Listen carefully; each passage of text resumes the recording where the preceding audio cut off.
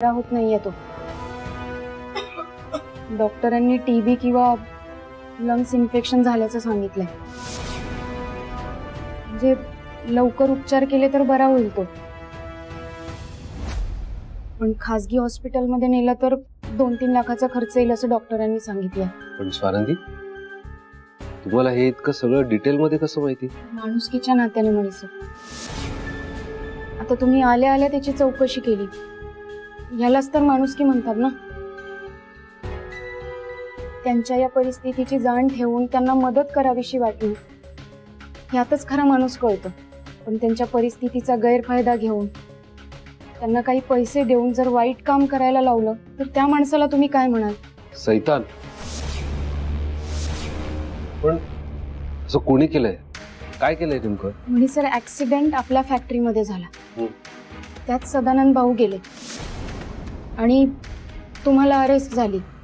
पण या प्रकरणाचा जो खरा दोषी आहे, जो खरा गुन्हेगार आहे, त्यांनी यांच्या नवऱ्याला 4 पैसे देऊन खोटं बोलायला लावून त्या प्रकरणाचा सगळा आळ स्वतःवर घ्यायला लावला।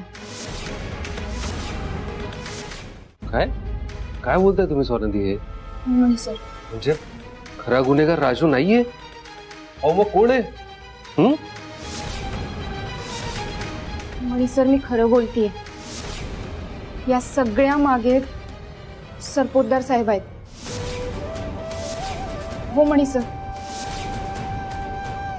मला माहितीच होतं तुम्ही माझ्यावर विश्वास ठेवणार नाही, म्हणून मी तुम्हाला डायरेक्ट इकडे आणलं। या ताई तर खोटं नाही ना बोलणार तुमच्याशी? यांनीच मला सांगितलं या सगळ्या मागे सरपोतदार साहेबांचा हात आहे। ताई, तुम्ही खरं काय ते सगळं मनी सरांना सांगा, सगळं सत्य सांगून टाका। आओ मॅडम, तुम्ही काहीतरीच काय बोलताय? सरपोतदार साहेब तर देव माणूस आहेत आणि ते असं खोटं नाटक काम कशाला करतील? त्यांनी आमच्यावर खूप खूप उपकार केलेत।